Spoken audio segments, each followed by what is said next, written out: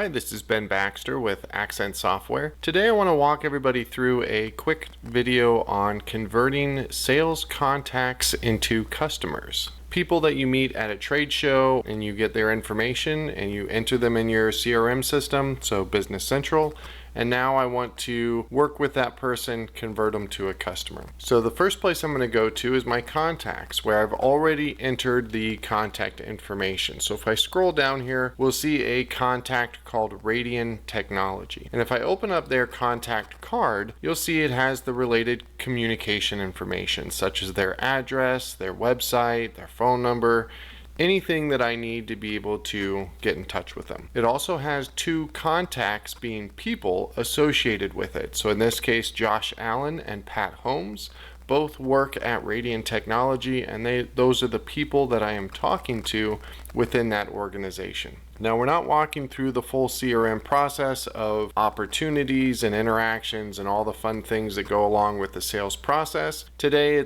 we've worked with this client and now we're ready to convert them into a customer. If I'm selecting the company, I can come up to the actions list, go to functions and create as. And here I have the opportunity to create them as a customer, a vendor, or even a bank account. And then if I was on a person, I could set them up as an employee as well, in case they were a prospective candidate. But in this case, we're going to convert them to a customer. So I simply click the button. It lets me know the record has been created. And then on the contact record itself, you'll now see that relationship has been established. So before, this business relationship said none. Now it says customer, and I can simply click on it and it will open up that same record, but now as a customer, somebody I can run sales transactions through. So at this point, if I needed to, I could start creating sales orders, invoicing, even quoting additional work. Now you do have the opportunity to create sales quotes to contacts, and then when that order is accepted, it will move from a quote status to an order status, and at the same time convert the company contact into a customer.